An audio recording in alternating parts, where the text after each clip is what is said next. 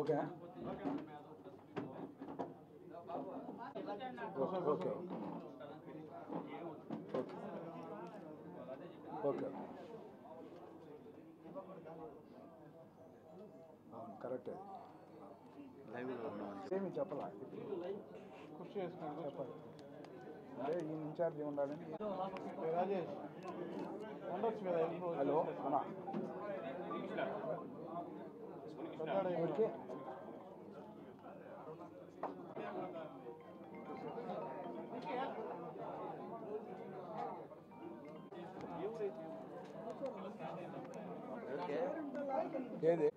ఏదైతే పార్లమెంటు ఉప ఎన్నికల సందర్భంగా జరిగిన దొంగ ఓట్ల ఐడి కార్డులకు సంబంధించి కేంద్ర ఎన్నికల కమిషన్ స్పందించి ఈరోజు ఏదైతే ఐఏఎస్ గిరీష్ కానీ అదేవిధంగా కనక నరసారెడ్డి చంద్రమౌళి రెడ్డి పైన చర్యలు తీసుకోవడం చూసాం మనం. కానీ ఈరోజు ప్రజాస్వామ్యాన్ని రక్షించాల్సిన బాధ్యత ప్రతి ఒక్క ఓటరు యొక్క ఐడెంటిఫికేషన్కి సంబంధించి దొంగ ఓట్లు ముద్రిస్తూ ఉంటే మిగతా యంత్రాంగం ఏం చేస్తూ ఉంది. అదేవిధంగా ఆ రోజు పోలీసులు ప్రవర్తించిన తీరు ప్రత్యక్షంగా కూడా ఇక్కడ మీడియా సోదరులందరూ కూడా చూశారు. తిరుపతిలో ఏ విధంగా వందల కొద్దికి బస్సులు వచ్చాయి, ఇక్కడికి వందల కొద్దికి బస్సులను తీసుకొచ్చారు ఇక్కడికి. ఆనాటి పోలీస్ డిపార్ట్మెంట్ ఎందుకు దానిపైన స్పందించలేదు? కొన్ని బస్సులు మేమే స్వయంగా పట్టించి పోలీస్ స్టేషన్లో పెట్టాం. కానీ ఆ బస్సు ఓనర్ల పైన ఎందుకు చర్య తీసుకోలేదో అర్థం కాల. ఇప్పుడున్న ఎస్పీ పైన చర్య తీసుకోవడం కాదు, అప్పుడు ఎవరైతే పనిచేశారో ఇక్కడున్న సిఐలు కానీ ఇక్కడున్న డిఎస్పీలు కానీ ఇక్కడున్న పోలీస్ అధికార యంత్రాంగం పైన పూర్తి స్థాయిలో వాళ్ళపైన చర్య తీసుకోవాలని తెలుగుదేశం పార్టీ పరంగా మేము ఈరోజు కేంద్ర ఎన్నికల కమిషన్ని రాష్ట్ర ఎన్నికల కమిషన్ని డిమాండ్ చేస్తూ ఉన్నాం. ఈరోజు అటు చంద్రగిరి కానీ ఇటు తిరుపతిలో చూస్తే భారీ ఎత్తున డూప్లికేట్ ఓట్లు, భారీ ఎత్తున ఏదైతే చనిపోయిన ఓట్లన్నింటినీ కూడా దొంగ వాళ్ళ యొక్క ఫోటోలు మార్చి చనిపోయిన వాళ్ళవన్నిటి కూడా దొంగ కార్డులు తయారు చేసుకొని ఉన్నారు. అటు చంద్రగిరి నియోజకవర్గంలో ఏదైతే చెవిరెడ్డి భాస్కర్ రెడ్డి కానీ తిరుపతి నియోజకవర్గం సంబంధించి కరుణాకర్ రెడ్డి అభినయ్ రెడ్డి కానీ సమాచారాలు వస్తూ ఉన్నాయి. ఖచ్చితంగా కూడా భారీ ఎత్తున దొంగ ఓట్లు ఐడి కార్డులు ప్రింట్ చేసి ఉన్నారు. దానిపైన చర్య తీసుకోమని తెలుగుదేశం పార్టీ పరంగా కూడా మేము డిమాండ్ చేస్తూ ఉన్నాం. అదేవిధంగా ఆ రోజు పెద్దిరెడ్డి రామచంద్రారెడ్డి డైరెక్షన్లో వాళ్ళ యొక్క కళ్యాణ మండపం సంబంధించి పిఎల్ఆర్ కన్వెన్షన్ హాల్లో ఉదయం 5 గంటల నుంచి భారీ ఎత్తున వేలాది మంది అటు పొంగనూరు నుంచి పీలేరు నుంచి చుట్టుపక్కల ప్రాంతాల నుంచి తరలించి భారీగా కూడా ఆ రోజు అక్రమ మార్గంలో వీళ్ళు పార్లమెంటు అభ్యర్థి ఇక్కడ గెలిచాడు, మా అభ్యర్థి పనబాక లక్ష్మి గారు ఈడ ఓటమి పాలవడం జరిగింది. ఈరోజు మేము డిమాండ్ చేస్తూ ఉన్నాం. ఎందుకైతే ఆనాడు ఎవరైతే గెలిచారో వాళ్ళ యొక్క పార్లమెంటు సభ్యత్వాన్ని కూడా రద్దు చేసి పనబాక లక్ష్మి గారిని ఈరోజు డిక్లేర్ చేయాల్సిన అవసరం ఉంది. ఇలాంటివి జరిగినప్పుడే ఎక్కడ కూడా భారతదేశంలో ఇలా దొంగ ఓట్లు వేసుకొని దొంగ ఐడి కార్డులు సృష్టించుకొని ఎన్నికల రోజు అధికార దర్పాన్ని అడ్డం పెట్టుకొని ఏ విధంగా ఎన్నికలు తిరుపతిలో నిర్వహించారో మనం చూస్తా ఉన్నాం. ఈరోజు ఎన్నికలు నిర్వహిస్తున్న ఎవరైతే ఓటర్ నమోదు అధికారులు కానీ ఆడ పోలింగ్ దీనికి సంబంధించి స్టేషన్కి సంబంధించి ఎవరైతే ఈ నమోదు ప్రక్రియ కానీ తొలగింపులు దీంట్లో రేపు 22వ తేదీ నూతనంగా కూడా ఓటర్ కొత్త లిస్టు వస్తూ ఉంది. దయచేసి అధికారులందరినీ కూడా విన్నవిస్తా ఉన్నాం. మీకు జీతభత్యాలు ఇచ్చేది ప్రజల యొక్క సొమ్ముతో.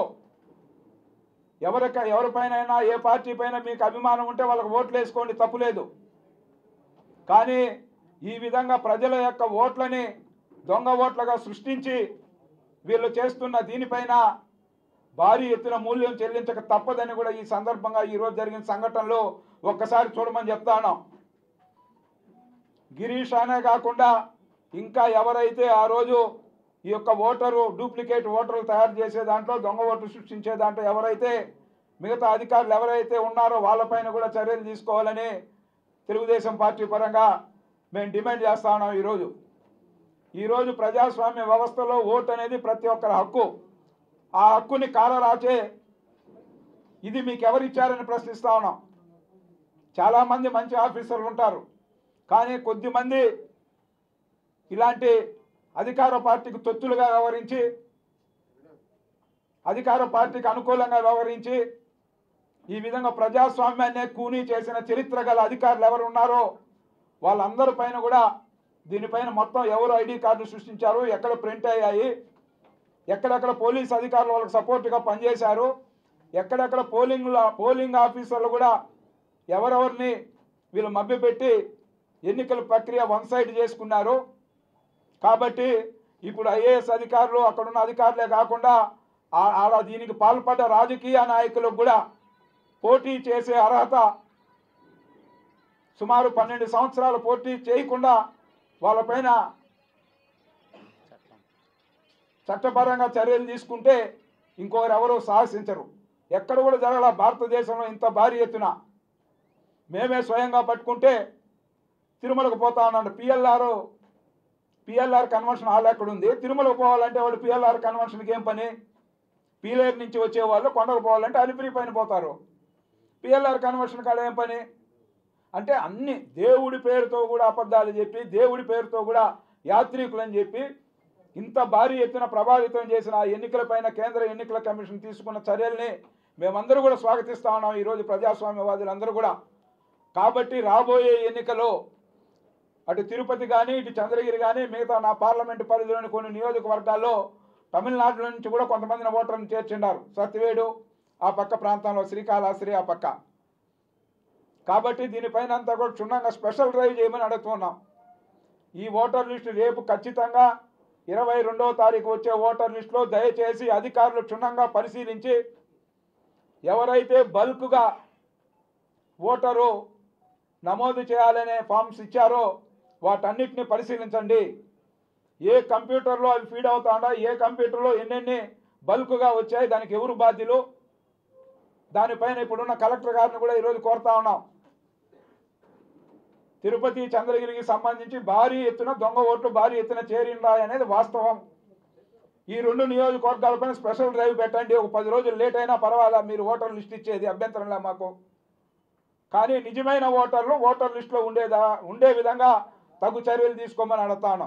నిన్న కూడా కోలా భాస్కర్ గారు మీటింగ్ పెట్టారు, మళ్ళీ అది ఎందుకో తెలియదు క్యాన్సిల్ చేశారు.